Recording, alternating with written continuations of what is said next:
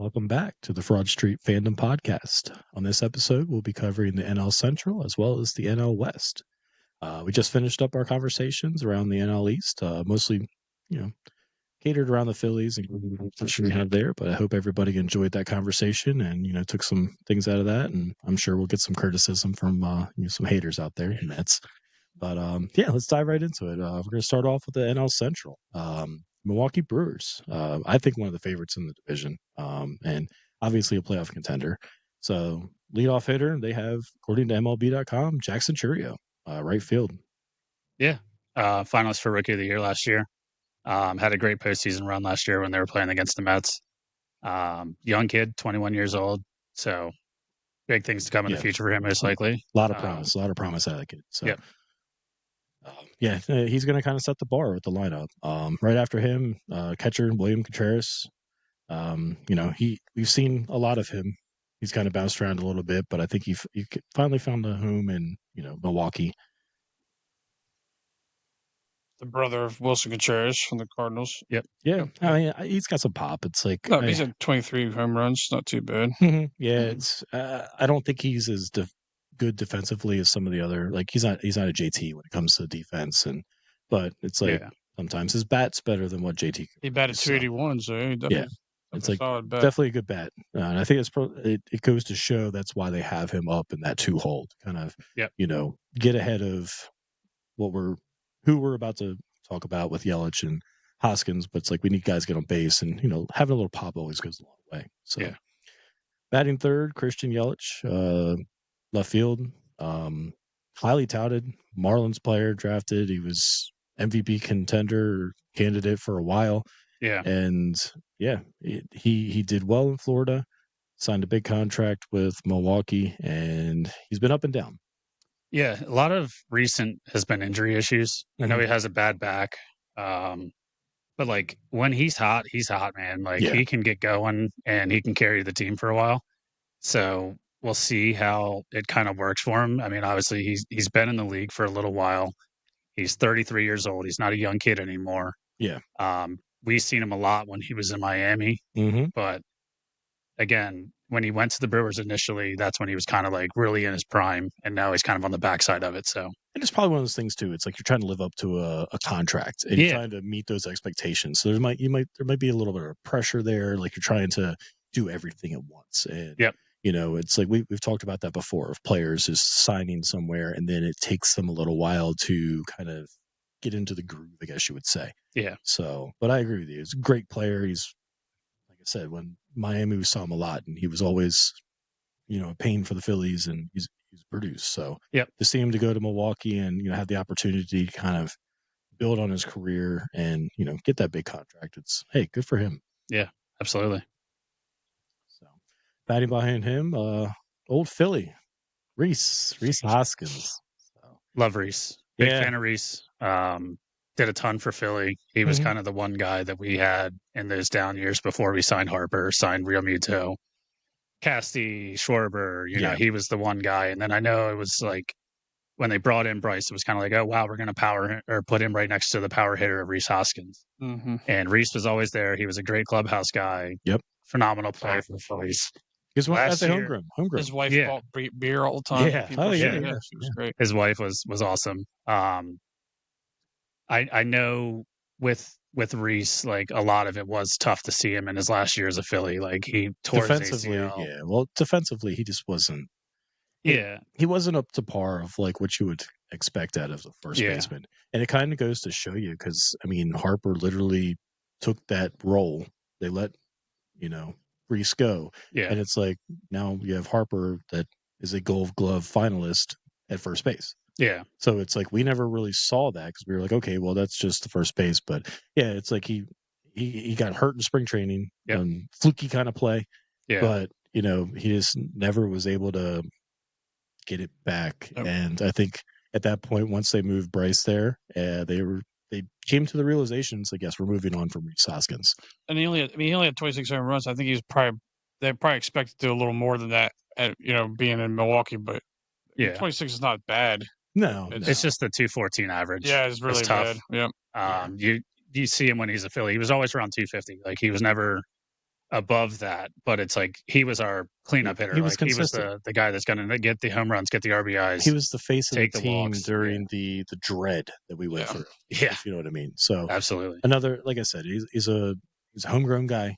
Came up through the system. It was always like, we don't have many of those. We went out, as we mentioned on the previous episode, they went out and paid for everybody.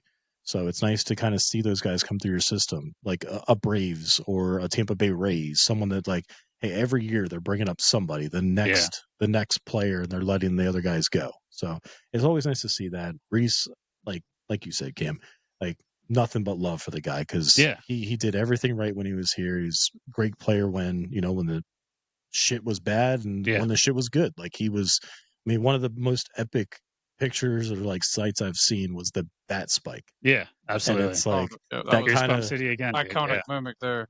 It's one of those things where it's like, that's what you're going to remember him for. Is that bat spike. And it's just, he was struggling. So it's like, he was struggling going up to that moment. And the fact that he actually hit that home run off a Strider, and it's like, you could see all of the emotion just pour out. It was amazing to see. So definitely love Reese Hoskins. Always root for him as long as he's not playing the Phils.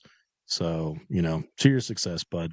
Thank you again for everything. But love watching him still hit home runs against the Mets. Oh, absolutely. Take anytime he wants to do 30-second trot through around the bases. Love that. Attaboy Reese. Yep.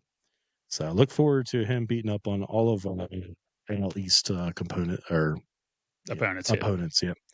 So batting behind him, Joey Ortiz, shortstop. Batting 5. He's replacing Willy Adames. So they lost Willy Adames in free agency to the Giants this year. Adames was one of their better hitters last year. So not too familiar with Joey Ortiz, to be honest. Looks like he's 26 years old. So we'll see. I think that is kind of a hole to have to fill with Adames leaving. Yeah. But if they can get any kind of production out of him, obviously their lineup kind of focuses around Chourio, Contreras, Yelich, the top of the Hoskins. lineup. So we'll see what happens with their lineup. But I think that losing Adames is definitely going to hurt them. He's a good defender. I don't know about this Ortiz guy, but Adames was pretty solid as a glove as well. Yeah. So, and the way Adames hit was good for that ballpark. So now it's like, so it's just maybe he's not he will be a loss either way. But going to San Francisco, a much bigger ballpark, have to see if it projects that way. Yeah. So batting 6, DH Eric Haas. I probably butchered that name. Maybe Hassey. We'll see, but I don't know if you guys got it. I think it's a safe bet. Haas might be. Haas. I think it's Haas. Yeah, with a silent E.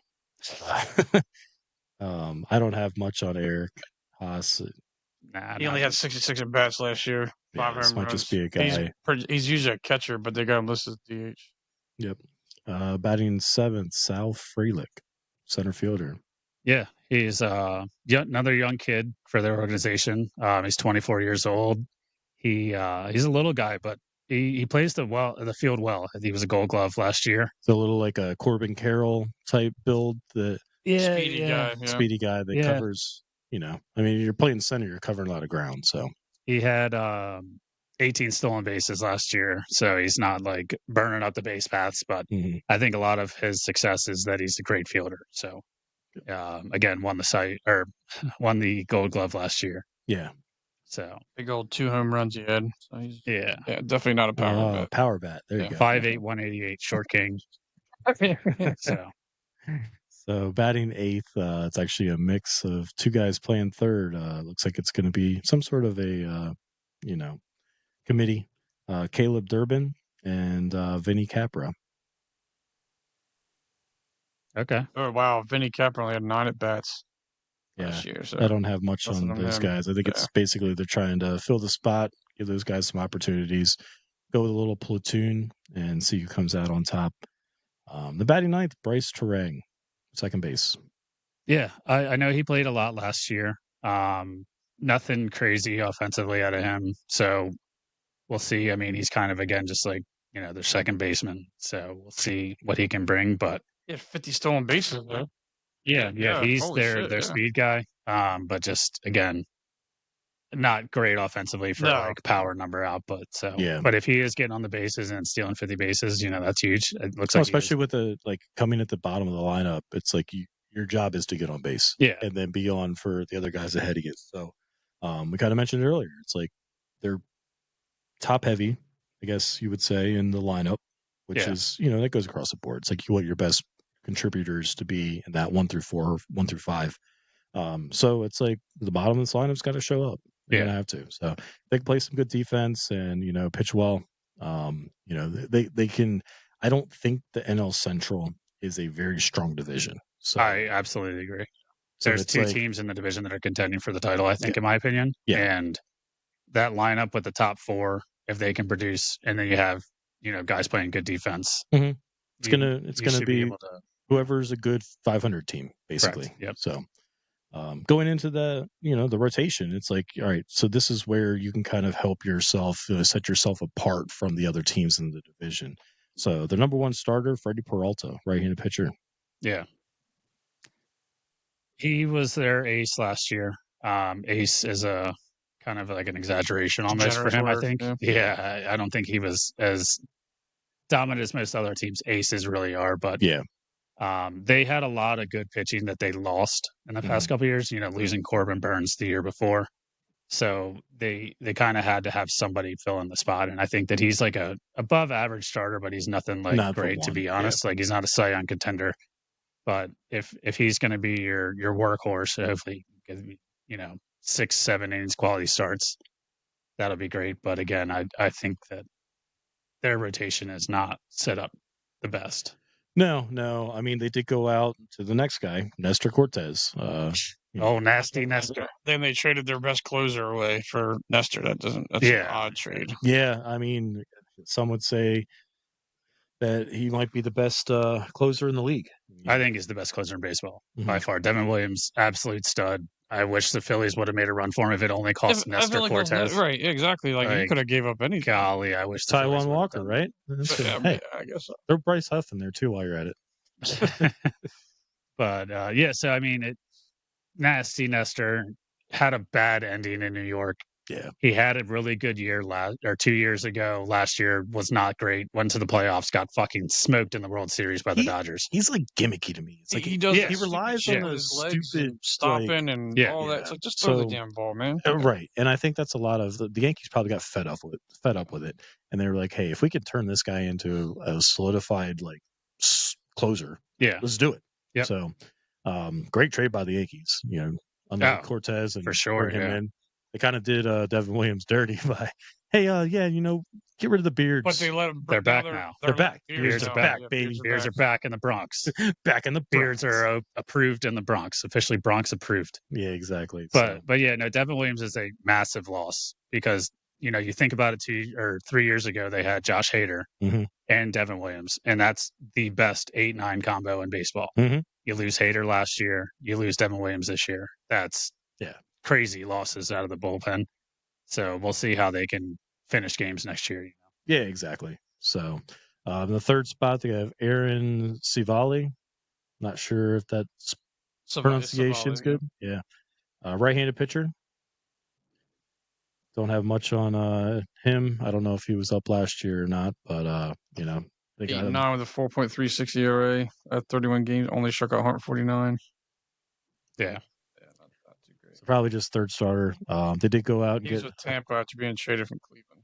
Okay. They did go out and get Jose Quintana. Jose Quintana. There we go. Left-handed pitcher. He's bounced around. I know. I think he was on the Mets last year. Mm-hmm. Yeah.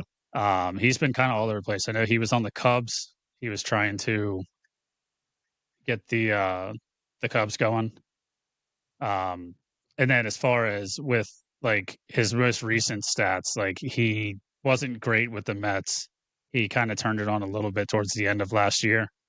But he's been all over the place, I think. So 2012 White Sox, and then he went to the Cubs. So he just moved up north to the city. Mm-hmm. Angels, Giants. And he's bounced around, but he's always Pittsburgh. He's always been a guy. He's going to give you innings. He's gonna do his job. He's not gonna be an ace. But he kind of falls into that 3-4 kind of role. It also says he won't even be ready for the first turn of the rotation. Gotcha. So he's probably coming off of or injury. late signing. Yeah. Then rounding out the rotation, they have Tyler Alexander, left-handed pitcher. Okay, yeah. I don't buy much on him. Yeah. Good for him. I mean, it seems like it seems like a lot of guys like Brandon Woodruff. We remember him from last year. He's injured. He's rehabbing. Robert Gasser. I mean, so they have guys that are just hurt. So yeah. Again, I think the theme of this episode is I don't think the NL Central's stacked at all. It's not very strong. I think there's 500 teams. Who's going to lower? Yeah. So I think if the Brewers are going to repeat as division champs, I mean, last 2 years so in 2023 they 92 wins, 70 losses. Not 2024, 93 wins, 69 losses. So that's very similar with what Burns, they have with Williams. Yeah. So they won the division both those times. Yeah. And they were the only team out of this division to make the playoffs. So I think it's probably going to be the same to where, all these teams are literally the same. They're 500 and who can just put up more wins against each other. So what's going to drive that is that top 4 or 5 that we talked about. And what run production are they going to be able to put up? And then what is this rotation going to be able to do against some of the other rotations they're going to see? Yeah. So, jumping down to the Cardinals, St. Louis Cardinals. I don't have a lot of, I guess, hope for this team. I don't know exactly what they're doing. Yeah. I completely agree. I mean, so losing Goldschmidt, free agency for him, and then keeping Arenado and not trading Arenado makes not much sense. Well, they wouldn't trade Arenado to where he wanted to go, right? Because he has a clause, didn't he? So he could pick where he wanted to go. But they're not getting anything out of these guys. Yeah. And they're just letting them walk. It's like you either pay the money to get them, like they paid to get Arenado. Yeah. So try to get something out of him. And it's like Goldschmidt, it's like he's been with your team. Well, they traded for him or got him also or signed him. But it's like try to get something out of them before they go and leave. So, I mean, I know they're kind of almost in like a little bit of a rebuild. That division again is not strong, so they don't need to make like the splashy moves. Right. But if you're going to try and compete for a championship, and the Cardinals have a ton of championships, they do. Yeah. So like they're a very successful organization. They're one of those teams that always was competing with us in that 2000s to 2012. Exactly. And you look at it now, like they've got a bunch of young kids surrounded by some veteran leadership, but it's just they lost all their pitching. They lost. Goldschmidt again last year. So we'll see what their offense is about. I mean, we're going to go through the lineup here shortly. Yeah, there might be some kids that they have that came up through the system that may surprise us. Yeah. But, they're not names yet. So just starting off with leadoff, Mason Wynn, shortstop. He's got a hell of an arm. Yeah. Kick and launch a ball across the field. Yeah, he showed some promise last year. I think a lot of Cardinals fans are like hype on him being like another like stud eventually in the future. But I mean, 23-year-old kid, like, he's got to start producing. So we'll see when he can get up there.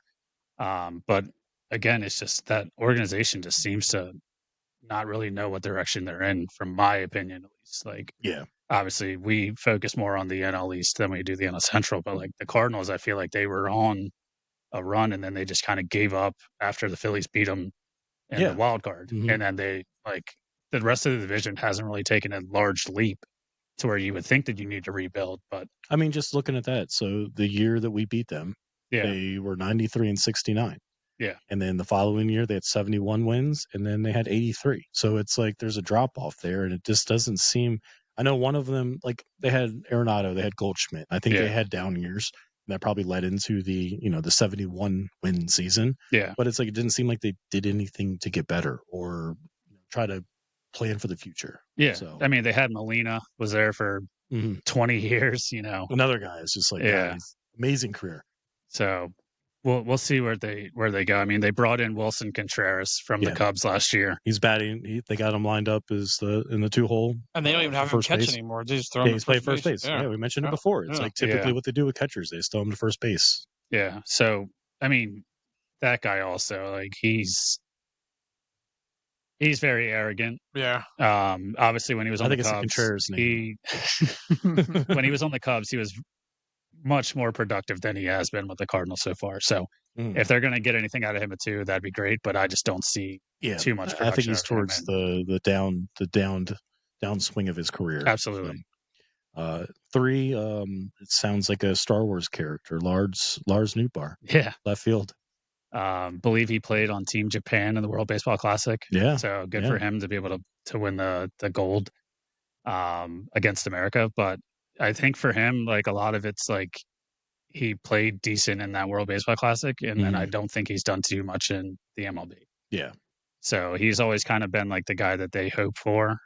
So maybe he'll turn it on. Piece. But he's 27. It's like, yeah, I think he's in the middle of his prime at this point now. But we'll see what he can do. You get what you get out of him. So. Yeah, definitely. Exactly. The WBC gave him a lot more coverage than he's getting when he's but just look at the team that you're basically the Dodgers 2.0 that you're he'll be on the with, Dodgers by the end of the year. Yeah, exactly, and then he'll be a stud because he's like, these are all the guys. Center field with us like you did over there. So. Yeah. So batting cleanup, Nolan Arenado, third base. So Hall of Fame third baseman. He is like one of the greatest defensive third basemen, and like even offensively, when he was in Colorado, he was always insane. Up for MVP. Yeah. Yep. Whatever happened to where he left Colorado, he has not been the same offensively. He still should have won Gold Glove over that Brian Hayes, though.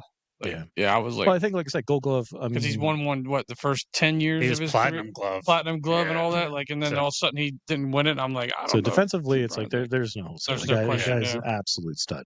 But offensively, again, Colorado, he was. I mean, there's a reason why he got the contract that he got is because of his production in Colorado. But it just, I don't think it's translated to St. Louis or. I mean, early and when he first went to St. Louis, he had some awesome numbers. His average was weak one year. So his first year in St. Louis, he had 34 home runs, 105 RBIs, batted .255. The following year, he hit 30 home runs, 103 RBIs, batted .293. So that's a massive increase. So that's a great year for him. What year was that? That was 2022. Okay, so that's when they went to the playoffs and they played the Phillies. So so and 93 wins. Yeah. Then in 2023, his average dropped to 266. So that's kind of playing into what we talked about before of that playoff 71 wins, and then eventually 83 last year. So and then last year he just was not hitting well. He only hit 16 home runs. He batted .272. Mm-hmm. But I mean, the best benefit with Arenado is you're getting the best third baseman defensively in baseball. Him and Matt Chapman are like tied because they would just trade off platinum gloves and Gold Glove between AL and NL. But defense doesn't necessarily win championships in baseball. Correct. Football, absolutely. Different story, but completely we need you to actually produce some runs. So, but it's just more so like I know that there's a lot of conversation about him being traded in the offseason. I mean, I don't see him through this year. He's going to get traded at the trade deadline. There's no doubt about it. Oh yeah, he's not. If he has any kind of production, then they'll get rid of him. Yeah, it doesn't make sense for them to keep him. That's the thing. It's like try to get what you can. It's like get what you can out of this. Yes, you signed him to this long-term deal. I'm not sure the details of his deal, but whatever team is trading for him is going to have to pick that up. And I'm pretty sure it's probably a couple of years at a lot of money. So you may have to limit your expectations, what you're going to be able to get. Yeah. But if he comes out and he's playing like he did in 2022 and he's putting up those numbers, someone's certainly going to go out and say, yes, I want to put that bat in my lineup. And he's going to basically lock down third base for me. So, and honestly, like, I don't know if this is just me, but his swing, like, plane reminds me of Boom. Yeah. It's where he hits a lot of those like gap or double. It's like he doesn't necessarily hit the home runs anymore. Now, I want to be clear. We are not saying that Alec Boom is Nolan Arenado. No, what we're saying, by no means. What we're saying but I think if you watch them both bat, they have a lot of the same tendencies to where they hit the ball in the gap more than they do pull it. They hit the opposite field gaps. Well, they play all the fields, and that's what you want to do because you're seeing the ball. You're seeing the ball well. So it's like, I've always liked the guy. I've always rooted for him just because he is such – it seems like he plays the game, as I tend to say, the right way. Yeah. He's a good locker room guy. I haven't heard one thing about him just being any kind of an issue. So, root for the guy. I just hope he doesn't go anywhere in the NL. Go to the AL somewhere. Yeah. Go to the Yankees. The Yankees get everybody. Yeah, they will. Just repair him up with Goldschmidt. There you go. Yeah. Batting 5, Brendan Donovan, second baseman. He's no one to shake a stick at. Nothing crazy out of him. Average hitter, no real power, but again, we'll see what they can get out of him. He's not. I guess he's kind of in like the middle of his prime at this point, but he's not like. It's weird to have him at 5 if he's not like producing any 14 home runs. I mean, he hits 278, so it's not like awful. Kind of getting on base, so Yeah. Like I said, these are all projections of what the lineup will actually be. It'll probably change once the season actually starts. Yep. Behind him, Ivan Herrera, catcher. Yeah, I mean, if Contreras is moving to first, they've got to bring someone in to catch. So who knows? Looks like last year he batted .301 and 229 at bats, so average hitter. Not much power coming out of him, but if you're getting on base, then and I don't know how he is defensively as a catcher, but we'll see. I mean, did he come up through the Cardinals system? Yeah, it's only listed as it looks like he was. So he might only just played be as a Cardinal. So he might be the guy that was the Yadier Molina heir apparent. Like he's going to fill that role. So we'll see what he turns into. Batting seventh, Nolan Gorman, DH.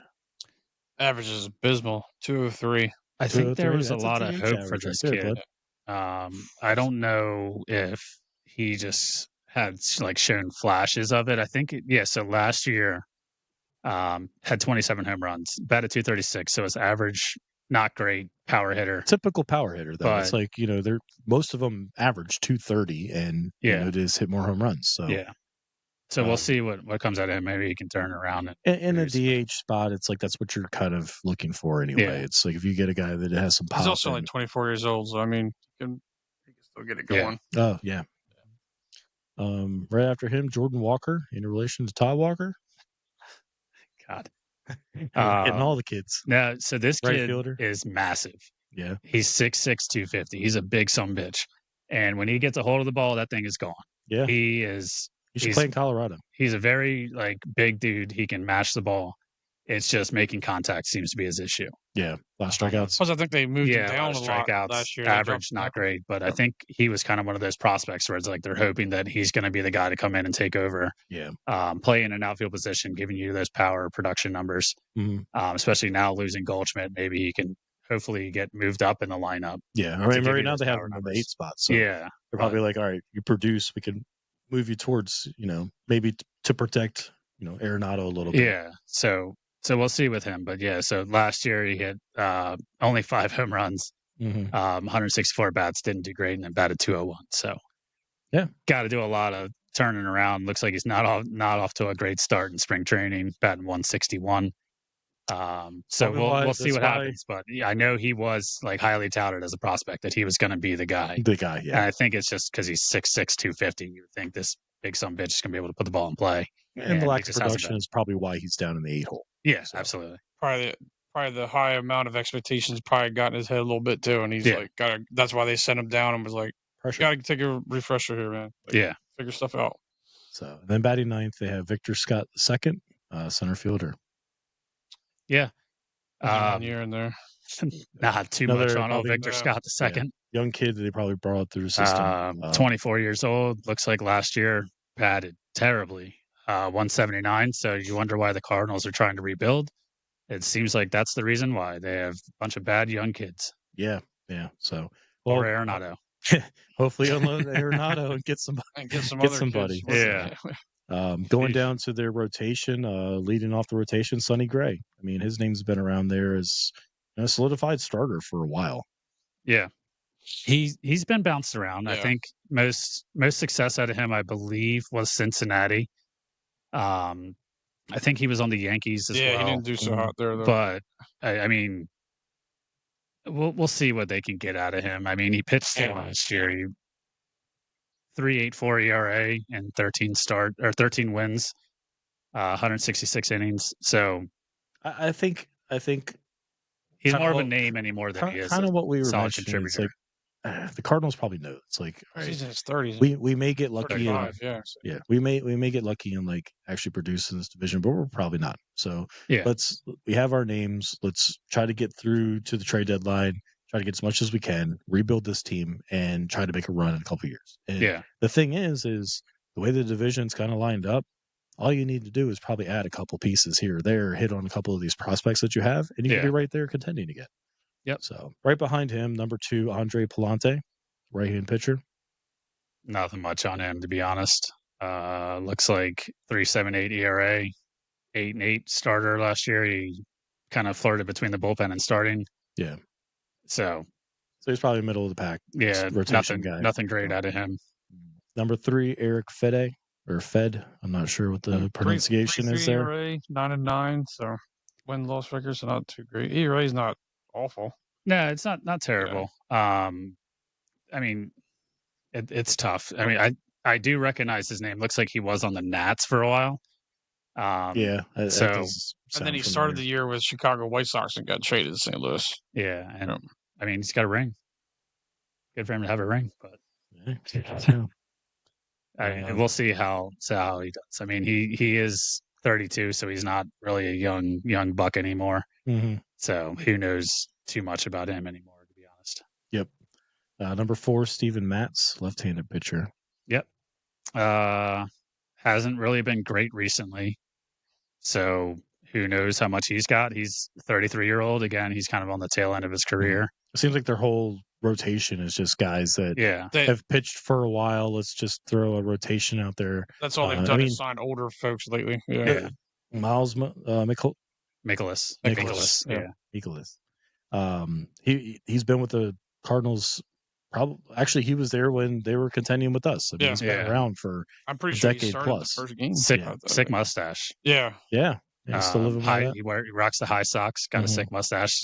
No, he was good. He was good back when he came up. I mean, we saw a lot of him when we were making our playoff runs. I think a lot of him nowadays is getting crushed, but you know, he did have a run there for a little while where he was like the number 2 on their rotation behind Jack Flaherty when Flaherty was still there. Yep. But now anymore, it's just he's not. I mean, it kind of shows that they have him locked in at the 5. Yeah, as a 5. So I think it's just one of those guys has been around a while. Seems like the Cardinals didn't really go young with their pitching rotation, so we'll see. Maybe they got some kids in the farm system that they're looking to bring up. Yeah. But at this point, it's like, hey, we're just going to try to get by with what we have and build for the future. Mm-hmm. So, going down to the Cubs. So the Cubs, they actually did some free agent moves over the year. They brought in Kyle Tucker. Yeah. Stud. Be a stud. I wanted the Phillies to go after him. He was one of those guys who was just going to cost too much. Yeah. I mean, so they traded for him. So he is a free agent after this season. So if they don't sign him, the Cubs have a ton of money. They're one of the richest organizations in baseball. They just don't like to spend any of it. Yeah. So, I mean, obviously they won in 16 was their year that they won in the World Series. Sure. And then they just kind of stopped paying anyone, right? They let their core go. They let Bryant go. They let Rizzo go. They let Contreras go.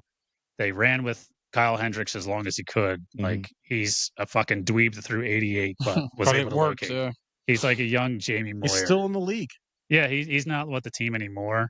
Yeah, he's still in the league. He's not with them. But he's the last one from the World Series team because I remember they're doing like the goodbye from when it starts. Yeah. But I mean, bringing in Kyle Tucker, if they can re-sign him, that's huge. But if they don't re-sign him, then it's just a big waste. Like, you gave up prospects for nothing. Yeah. So you're hoping that you can do that. So, but again, this division's not very strong. So if they can make a run against the Brewers and then they can actually get into the playoffs, then you get more people excited about it. Then they may be willing to spend. Yeah. I know I last had them year as the team contended with the Brewers. I don't. Yeah, that's the only team that Brewers have to worry about.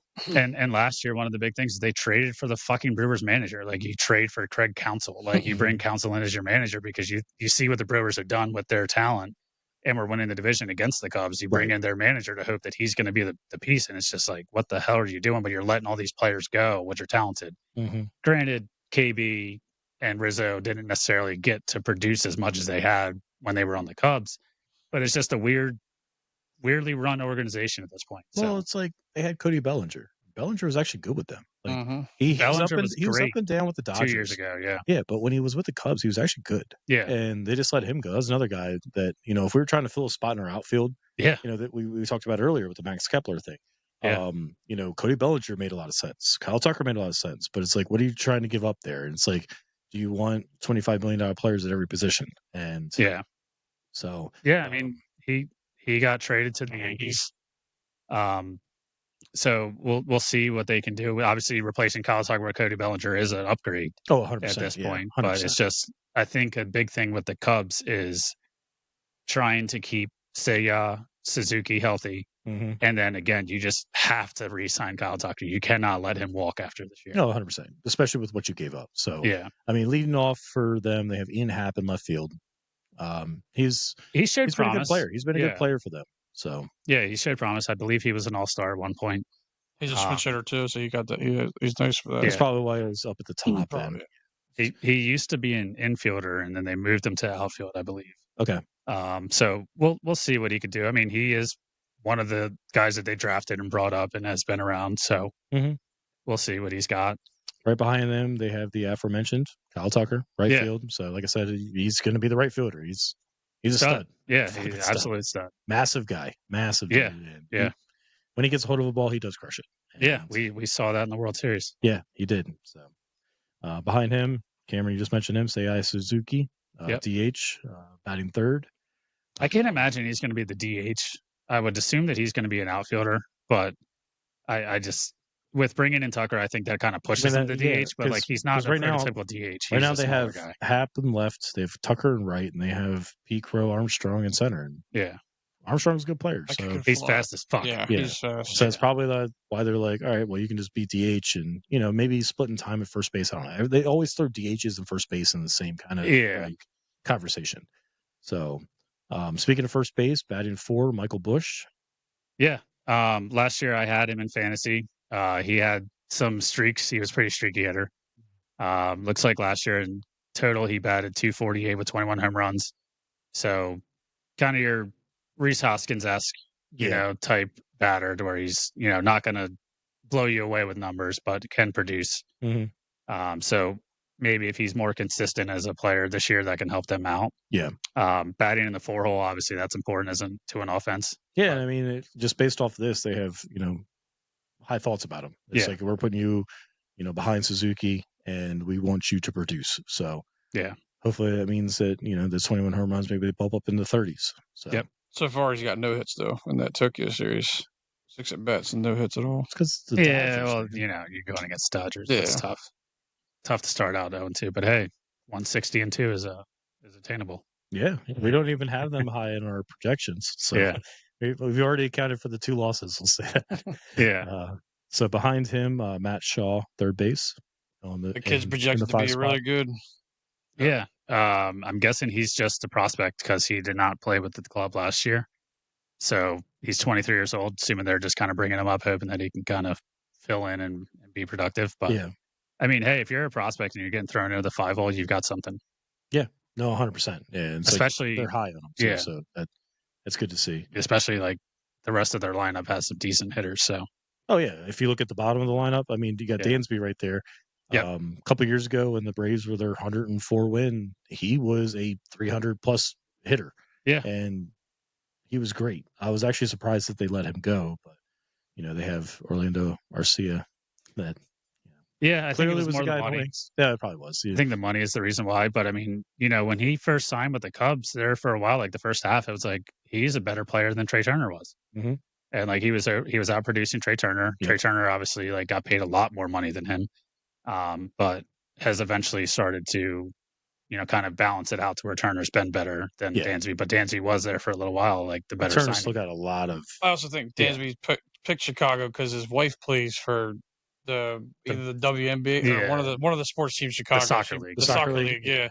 So I clearly don't know much about women's sports, but come on, Brock. But I knew she played in the area. Mallory Swanson. So he picked that so he could be closer to her. Hey, it's all good, but. No, I think he's been formidable with the Cubs. I don't think he's been bad or great, but he's playing up to his contract, I believe, expectations wise. Yeah. He's certainly not letting us down like Trey Turner has, but talking about streaky players. He didn't need a standing ovation to hit a home run. Yeah, exactly. So does that Netflix special come out this year? It did, yeah. It's tough to watch. Yeah, it is. It actually is. Batting in the 7-hole, Nico Horner, second base. Yeah. He's more of a speed guy. He's had 31 stolen bases last year. Mm-hmm. He's not a power guy. He's hopefully going to get his average up. He was 270 last year. So if he can get on base and play good second baseman, I believe he is a Gold Glove he won a Gold Glove in 23. So we'll see. I think he's more of just a defensive player at this point, but if he can produce that straight. He's down at the bottom of the lineup. Yeah. So, get on base, let the guys behind you. Yeah. We mentioned before in the 8-hole, center fielder Pete Crow Armstrong. Yeah. Probably mainly there for speed, defensive. I think he was one of their top prospects. Mhm. Hasn't not done much as a major leaguer yet, but there's the hope that he can come in. He's only 22 years old. My man looks albino, so tough sun out there in Wrigley. Going to get burned sunscreen for days for him, I guess. Yeah. But we'll see. I know he is fast as shit, so he can play a good glove out there in center. But just got to produce offensively, bud. And then he had 27 last year. I'm like, it should be right there in front of me. And then the catcher Miguel Amaya. Not much at all about him, to be honest, but filling that void from when Contreras left. They hope to get some kind of production out of him. Looks like last year, 232 average. So they also have veteran catcher Carson Kelly too. So they'll probably just swap him out every now and then, depending on who's hotter at the moment. Yeah. So the rotation, they're starting out with Justin Steele, left-hand pitcher. He was a stud last year. He was a great pitcher. I don't know if it's just being a lefty playing bad competition in the NL Central a lot, but he was very good last year. So if he can repeat that, you got your ace. So that's awesome. But we'll see if he can reproduce last year's numbers. The production from last year. Yeah. Number 2, Jameson Taillon. Yeah. I think he's just been a veteran that they are hoping that he can kind of bring it back, but 12-8 with a 3.27 ERA is not terrible. He had moments where it seemed like, because he was with the Yankees and the Pirates too, it never worked out there. But then when he come here, he's had some moments where they were like, it could have been that years ago. You could have been a lot better, because he's 33 now, so it's not even. Yeah, and I mean the Pirates love to have young pitchers and then just get rid of them. Yeah. So where's Skeens going? Yeah, right. Yankees? No, it'd be Dodgers. Oh no, he's not Japanese. So. Yeah, exactly. I'll go to Yankees. Let's see. Speaking of Dodgers, Shota Imanaga. Yeah. They missed out on this one. Yeah, he's good too. He's very good. He pitched pretty well. Yeah, we're seeing. He pitched pretty well in his first start against the Dodgers that they already played last week. He came up last year. He was a rookie. I think he's actually a lot of people like him. He's very humorous, as being a Japanese player coming to America, and trying to get fits along with the clubhouse and stuff. Yeah, exactly. He's also already 31, so that's probably why the Dodgers didn't go that route last year. The Cubs signed him, they were like, "Oh, he's already 30 years old." I'm like, "Yeah, but he's never pitched in the majors before." But I mean, last year 15-3 with a 2.91 ERA, 29 starts. Hey, that's a hell of a start. I think he had a no hitter going in one of the games too. Almost went 8 innings with a no hitter. So he's good. Yeah, he's a solid pitcher. So behind him, they have Matthew Boyd, left-handed pitcher. Yeah, to be honest, don't have too much on him. Yeah, about 34 years old, so he's just a veteran. Veteran 4, and then after him, Ben Brown, right-handed pitcher. Mostly Detroit. 5 spot. Yeah. So we'll see. I mean, again, the division, it's there for their taking if they want it. They just have to beat the Brewers, in my opinion. They got a lineup. They have a lineup that they have a lineup. Tucker addition was huge. I think some of the production that they had, out of the guys that they already had on the team there, it's just, I mean, last year they came in at 84 wins. So they're 6 games behind the Brewers. You could look at that as a week by week thing. If you go in a 10-game slump where you don't win, that's what can kill you. So we'll see if they can keep up the production. Didn't seem like they did too much in the rotation. Yeah. But the Kyle Tucker addition was huge. But we'll see what that Kyle Tucker, Cody Bellinger delta is. What is Tucker going to bring to the table that Cody wasn't already there? So, let's drop down to the Pirates. We kind of mentioned a couple of their players earlier. So, leading off, Andrew McCutchen. I don't know if you guys ever heard of that guy. Yeah, we love Andrew McCutchen. Kutch was one of my favorite players when he came over. I always loved to watch him when he was with the Pirates originally. Yeah. And then when we were fortunate enough to bring him on board to be our leadoff guy, be our center fielder, outfielder, that was just, show our young kids the way. I was like, yeah, let's go. Kutch is amazing. Unfortunately, he had a couple injuries when he was with the Phillies. ACL when he slipped on that. If he didn't, I think that year we would have been set up pretty nicely if he didn't tear that. Yep. Yeah, he tore his ACL. was going back to first, I believe, right? Yeah, or I thought it was. Or Yeah. That's second. when he was something like went that. like It was this some to weird, go back. weird situation. Very fluky play. Like when baseball players tear their ACL, it's something odd. It's not like football where it's like a every game occurrence. So unfortunately, that was basically what led McCutcheon into eventually being let go. So going back to Pittsburgh. So good for him to go back to Pittsburgh. I think he's been a great resource in that locker room, that clubhouse of being that veteran, and he started from there. So I think it's good for the team. And it's not as like a he's whole. really just been there as like farewell kind of. He's actually No, he's actually playing producing. well. Like Yeah, he's so like they have him as a DH. I mean, if they didn't already have fast outfielders, he probably could still play outfield to this day. Yeah. But I'm thinking Kutch is going to be. They have him up at the top of the lineup to basically set the bar and kind of get everybody else going. So, good spot for him. Right behind him, Brian Reynolds, right fielder, great player. Yeah. I'm surprised that the Pirates haven't traded him yet. Because They finally paid a guy, and they paid him, and well deserved by him to get paid. Yeah, no, he's great. So, he's always been a producer, and it was always one of those things like, all right, where's Brian Reynolds going to go? Because the Pirates aren't going to pay him; they're going to trade him for whatever. Yep. So where's he going to go? So the fact that they actually did, fork up the money, keep him there, that's good. Hopefully, hopefully there's a change in how the Pirates are, running their organization, trying to keep some of the talent that they, brought up from, the minors. Yeah.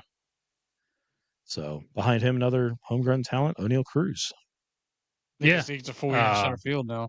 So another big sumbitch, 6'7". If you watch him play baseball, he's a massive human being. He typically played shortstop, right? Yeah, but just had too many errors, so they threw him out in the outfield. Yeah, massive shortstop. Yeah, there's another one in this. There's another one in this division that's a massive shortstop. Yeah, but it's he can cover the ground at center, so I think he's a good addition out there. But yeah, if he's not an infielder, he can take Kutch's spot. And his thing again, just I don't know if it's being 6'7" or what, but just trying to stay healthy is not the easiest for him. Yeah, but he is a hell of a talent when he's healthy and he's going. Mm-hmm. Yep.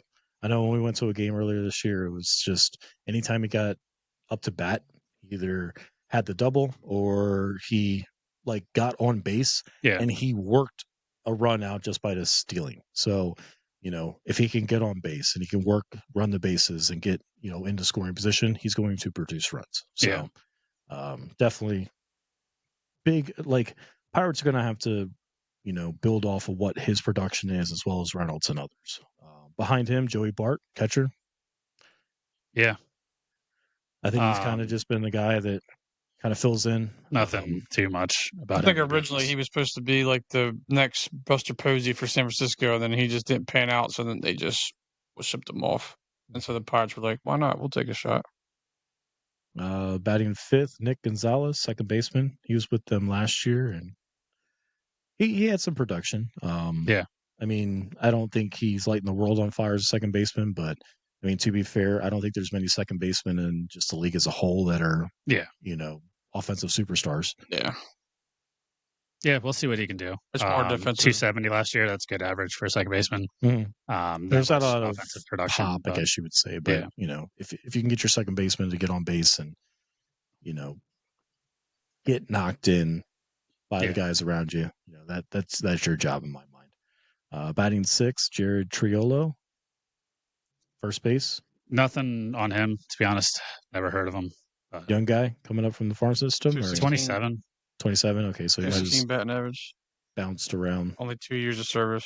Yeah, so hopefully he can produce for him. But again, 7. I'm kind of surprised he's down this far. But Brian Hayes, I mean, this guy's had a lot of hype coming out of the farm system. Very, very highly touted. He just won the Gold Glove last year, and he's 7th in the batting lineups. What did he bat last year? He batted 233 last year with 4 home runs. So he only had 365 at bats. So assuming he missed a lot of time with injury, but I think a lot of hype is what was brought Pittsburgh excitement for him. Yeah. He's kind of let them down, I think, in my opinion, at least. So we'll see what he can do this year. But again, I think it's more just you got to start producing at some point, right? You're 28 years old. You're in the middle of your prime, should be your prime. We can't just rely on you at defense. You got to start producing. Yep. Behind him, left field, Tommy Pham. So the only note I have about Tommy Pham is you don't want to play fantasy football with him. Fantasy I was football, thinking the Yeah, same did thing. you hear about that story where he slapped the shit out of Jock Peterson and got suspended 3 games because of that? I guess Jock was making some shady waiver moves in the middle of the season, and Tommy Pham was not a fan. Someone dropping Le'Veon Bell at the last minute so someone could pick him up. So notes to the other Major League Baseball players: do not play fantasy sports with Tommy Pham. Hey, there you go. He was on 3 different teams last year. He was on the White Sox, the Cardinals, and the Royals. Oh, so he's bounced around. He's been around a lot in the MLB. He's played on the he was on the Padres one year. Yeah, every trade deadline, his name is called because people are like, throw him in left field. He's a good right-handed veteran. Like he's been around everywhere. But yeah, just stay away from fantasy sports when it comes to Tommy Pham. Yeah, right. And then batting ninth, Isaiah Kiner-Falefa. Connor Falefa. Yeah, Connor Falefa. Yep. Shortstop. So he was notable from the Yankees. Okay. So he's a small guy. He's not very big. Doesn't give much offensive production. Kind of just need him to get on base and play good defense. Right. So if he can do that, that's good for them. They got to worry about, again, a lot of production coming from the top of their lineup. They need O'Neal Cruz to stay healthy. Kutch, if Kutch can give them anything offensively. Yeah. And then, again, keep Brian Hayes. You got to step it up, dude. Yeah, exactly. That Isaiah guy is a good defender, though, for shortstop. He was a catcher, too, I believe. Mostly for Texas for shortstop, yeah. So he's bounced around the infield, but see what he's got left in him. Yeah, absolutely. So, that runs out the lineup. Let's get into the rotation. I think this is where they have some studs. Starting off with Paul Skeens. Guy's been exciting pitcher to watch right now. Yeah, he is. There's a lot of hype around this kid. He's got good stuff. Massive person, and he added a cutter too on top of everything else he already had. If he needs any more weapons. He's the betting favorite for Cy Young this year. 6'6", 260, 22 years old. Yeah. The only thing that you would need to worry about as a Pirates fan, and I don't want to put this out there because I like watching him pitch, is how can that elbow withstand a 100+ mile an hour fastball and the movement that he has on his other pitches. That's the only worry you have with Paul Skeens is can he stay healthy? Yep. But if he does, holy shit, he is a freak. Yep. He's winning on the field and off the field with Livy Dunn, too. There you go. Yeah. LSU love. Little pop culture stuff there. Fun fact for you there. Yeah. Fun fact is if nobody knew, Brock. Yeah. No one else knew in the world that he's Livy Dunn. Yeah. None of our listeners Dunn's were boyfriend aware. is what he's known as. There you go. Yep. So, no, it's like we're looking, obviously, for Paul Skeens to have a very good year. I think he's going to be at the top of the rotation, and he's going to set the bar. If the lineup can score runs, he's going to get some wins. So, behind him, Mitch Keller, right-handed pitcher, another great pitcher, another good pitcher, another good farm system addition from them. Yeah, I'm surprised he's listed at the 2. So we'll see how their rest of the year shakes out with him. I honestly think that Jared Jones is more equipped to be a number 2 to follow Skeens. But I think Keller's he's a little bit older, I think. So maybe that's why Keller was the opening day starter last year. And Skeens wasn't. Yeah, well, that's what I mean. But it's funny that Skeens just comes up at, and then it's just okay, go be number 2, maybe 3 if you're lucky. So. Well, and you just mentioned him, number 3 right now, Jared Jones, pitcher. Yeah. So between those two, whether it's 2, 3, their top 3 is Paul, Mitch, and Jared. So And Jared Jones is a freak too. He has some nasty movement on his pitches. So if you're a Pirates fan, you definitely got to be excited for those guys for the future. Just make sure you hang on to them. Yeah, exactly. You cannot let them go like you did Garrett Cole and Tyler Glasnow. You got to start keeping these guys. Right. Yeah. So. Otherwise, we're going to talk about. They could send any of those 2 away because they'd be like, "We got Skeens. We'll just give you Keller. Here you go." We're still, hoping that they keep Skeens. Right. Probably trade him for a whole farm system, like a team. Yeah. In the 4th spot, Andrew Haney, left-handed pitcher. I think he's been around, right? Yeah, he's been around. Yeah, he's a little bit older. He's 33 years old. I recognize his name from the Angels. Yep. He was on the Angels when they were trying to compete, but that was my recollection. He was on never the Rangers with the World Series team, wasn't he? Was he there, or was that with the Yankee year? Yeah, he would have been on the World Series team at 23. Yep. But yeah, who knows what he's got left? He's a little bit older, so we'll see what he has. But I mean, if you could get like in the 4 spot, if you can just get innings and just be that guy that turns it over to your 3 studs ahead of you, you're there to you're a 4th starter in my mind. Yeah. So, and then right behind him, another familiar face, Bailey Falter. Yeah. So I'm he made surprised something out of he's himself. still yeah. I mean, like when he was with the Phillies, he had a couple successful runs there, and he was always that guy. I think he was the 5th starter for us too. Just trying to. But he was one of those guys that I was like, if we're gonna do something, we cannot have him as our 5th starter. Like he's not that. Like every time they put him out, I was like, dude, this is your 5th starter every year. You're not even trying. Like you just have to. You guys hear that, Pirates fans? You're not even trying. I mean, again, like that's probably the best rotation in the division. Oh yeah, like, I think by far, 100%. So, I mean, just with those top 3 alone. Yeah. So now their lineup, I think there's holes there unless these guys, like you said, Brian Hayes actually produces. Oh no, Cruz fixes some of his issues. I don't think Brian Reynolds is really struggling much, but when you're a one-man show, it's kind of difficult. Yeah. So, and I'm not gonna lie. So, how much does he have left? Ain't getting any younger. I think this lineup here, it's not one of the best in the division, but this rotation makes up for it. Yeah. So, getting down to the Reds. The Reds lineup: T.J. Friedl, center field. Not much about him. Yeah. We're not. I mean, he's been around. He's been around. I mean, I don't think he's not putting people in the seats. But. Yeah. I think he had a good series against the Phils last year. Is the only reason why I really know too much or a little bit about him. But I mean, looking at numbers last year, 13 home runs, 226 average, so not great. Especially at a center fielder, it's like you want, like in my mind, your center fielder, you want them to be in that 250 plus average, probably closer to 275, because they're typically your speedy guys that are going to get on base. They're going to, have some production in the running game, as you would say, and they're scoring runs. So the fact that he's only batting 220 is. Yeah, I mean, we look at 2023. That's his best year as a pro. He had 18 home runs, batted 279. So that's probably what that's high what end. You're what they kind of hoping for him. Yeah, but I don't need to hit home runs. But but how many runs did he score? 73. But okay, I mean, so but that also you have to rely on the people behind you. Yeah. So, but I mean, if they have him at the top and he can kind of relive some of that previous year where he was batting 270, getting on base. Yeah, I mean, that's what I'm sure the Reds are hoping for. Plus, Spencer Steer's hurt right now, but I think he's been leadoff hitter a lot for them. Mm-hmm. So Friedl might just be up there now because Steer's not available. Yeah. So number 2 spot, Matt McLean, second base. Yeah, not too much on him. Looks like he might have been hurt last year, but in 2023. Batted 290 out of 89 games. That's 16 home runs. So decent. That's decent impressive. numbers out of a shortstop. Good there. Average. Yeah. Maybe second base. Was he playing shortstop at the time?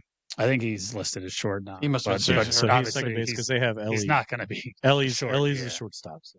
Yeah. Speaking of giant shortstops, in the 3-hole, Ellie De La Cruz. Yep. Kid's a monster. Yeah. Monsters. So he likes to tout himself as the fastest player in baseball. 67 stolen bases last year. Hey, insane numbers. Set the mark. And with 25 home runs, I mean, that number could go up. Yeah. So, I mean, again, 6'5", 200, big dude. Ball gets in play, he's going to go. Yeah. So, I think he also is pretty solid defensively. I haven't heard one thing or the other. I think, it's one of those things like defensively, if you don't hear about it, that means they're doing good. Yeah, exactly. I mean? Yeah. So, but I think that's something for the Reds fans to be excited about because he is a hell of a watch. Mm-hmm. And absolutely. We'll see what he can continue Unlike to do. Friedl, he's the one that puts seats and. Yeah. He also learned English too, so he could talk to his fans instead of having to have an interpreter. So there we go. He's been trying to teach. Fun fact with Brock. He's been trying to teach the players coming up from where he's from. He's like, learn English when you're coming up here because it'll make you be more. No, that's good. Yeah, because that is a difficult thing. It's like whether you have the Japanese players or the Dominican players, you always have translators. Yeah. things get lost in And your translation. translator could gamble, so you don't want him on your team anyway. Don't give him too much control. Yeah, exactly. So batting cleanup. I'm not 100% sure what's going on here, but Austin Jesus Christ, Hayes, this fucking guy. So What a waste. With the Orioles, he was an okay player. Yeah. We thought that, hey, we might be able to fill that left field spot. So we traded for him last year. We being the Phillies, not we, but you know what I mean. Phillies traded for him last year, left field, hoping to fill a hole there. Yeah, he got hurt, and he just never did anything. He was supposed to be the guy that could hit left-handed pitching because Marsh and Rojas and everybody else on the team could, and just never filled up to those expectations. Yeah, and his injury was a kidney infection. It wasn't like anything like a muscle or like a ligament or anything like that. It was just like that's just something wild to sideline him for a little while. Yeah. And he just never could get it going as a Philly. Yep. Things I note about him as a Philly, no batting gloves. Yeah. Respect, but fucking hit the ball if you need batting gloves, hit the ball, put the batting gloves on. Yeah. But yeah, he just did absolutely nothing as a Philly. So no, yeah, we didn't really have a good experience with him. Hoped for the best. Hope he does well in Cincinnati. All the people in that team that put him fourth is just that's just wild. Yeah. I mean, like I said, this is MLB.com's projected lineup, right? So who knows where Austin Hayes is actually going to fall? But yeah, I mean, he didn't really do much for the Phils. I know that they were high on him. That's why Nebraska went after him because he always liked him. Yep. So, but hey, best of luck, bud. Batting 5 right behind him, Gavin Lux, third base. Yeah, former Dodger. So he's been around successful teams. Who knows what he's actually going to end up turning into? But I think he can play all around the field. So that's probably why you get someone like that, just to throw him anywhere you need it.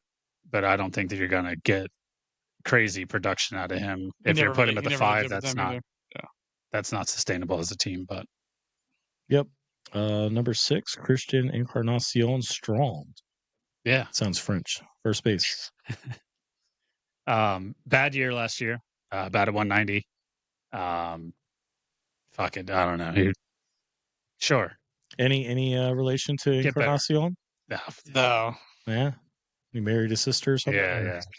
Hyphenated name. So yeah. I mean, you can't expect much out of him. I mean, hopefully he can turn it around, but just not great last year.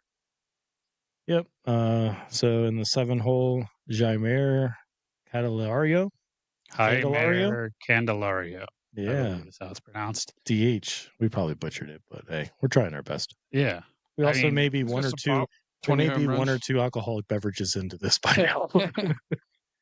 He's been around for a little while, a couple of years. You know, he was on the Tigers for a large portion of his career, had some good years, some bad years. Last year was with Cincy, batted 225. So kind of one of the same guys. I think he's one of the guys that always gets thrown around the trade deadline too. Yeah, because he's been on Washington and Cubs. It says he's been on 3 different teams just in the last 2 years. Put him in that Tommy Pham classification. Yeah. So, behind him in the 8-hole, Jake Fraley, right field. Yep. Again, not much on the Reds here. So looks like he batted 277 last year, 5 home runs. So you can't expect too much, but like at least he's getting average. He's above that 250 line. Probably a decent defender, so they probably keep him out there. Yeah, you would hope he has a cannon being in right field, but yeah, maybe he's a great glove. We do not know. Nope. Unfortunately, we do not follow the Reds. Unless we follow De La Cruz, but that's better. De La Cruz, because he's the one that puts the people in the seats. And we'll follow Hayes since we liked him. We'll follow our guy. Yeah. Fuck that guy. He was our guy for what, a month? For a month, yeah. All right, and then completing the lineup in the 9-hole, Jose Trevino, catcher. Yeah, former Yankee, was with the team last year, so who knows? I'm sure he's decent with the rotation. They extended him 3-year deal too this year before the season started. Nice, but you can't expect too much offensively out of him. No. So it looks like Tyler Stevenson's out with a oblique strain injury. He's typically their catcher, middle of the order hitter. So I think once they get him back, that's a huge addition. Yep. So we'll see what they're able to do as a lineup. Again, I think we've already said it. This division certainly isn't pulling the punch that like the NL East is, and even the NL West. So I think a lot of these teams are kind of in that 500 kind of caliber, and it's like who can take the next step. So their rotation, Hunter Green, another kid that's like a phenom, right hand pitcher. There's gas. Massive. There's gas. He was a top 2 pick, 1-2 pick, right, in the draft. This guy, he throws 100+ mile an hour, and he's been around. I think he actually played some outfield too, right? Didn't he come out as an outfielder and then change to pitcher? Something like that. He's a round 1 overall pick 2 by the Reds in 2017. Yeah. But there's fire. Just got to locate. Yeah. He's definitely got a lot better at that than he was. He used to be wild as shit. And now he's actually pretty good. Good control. 26 starts last year, 2.75 ERA, 150 innings. So that shows that he can do it. Yeah. I mean, that's ace quality. He's figured something out there. Sure. Yeah. Behind him, Brady Singer, right-handed pitcher. Yeah. The Royals last year, wasn't he? Yep. Not too much on him, to be honest, but with the Royals last year. Royals, 9-13, 3.71 ERA. Okay, so you're hoping, but started 32 games, so I mean, you get a lot out of him. He was there, and it's like 3.71 in ERA. It's not anything to kind of frown upon. So I mean, if you could put him in your 2-hole, and maybe he catches some fire, they can go off of that.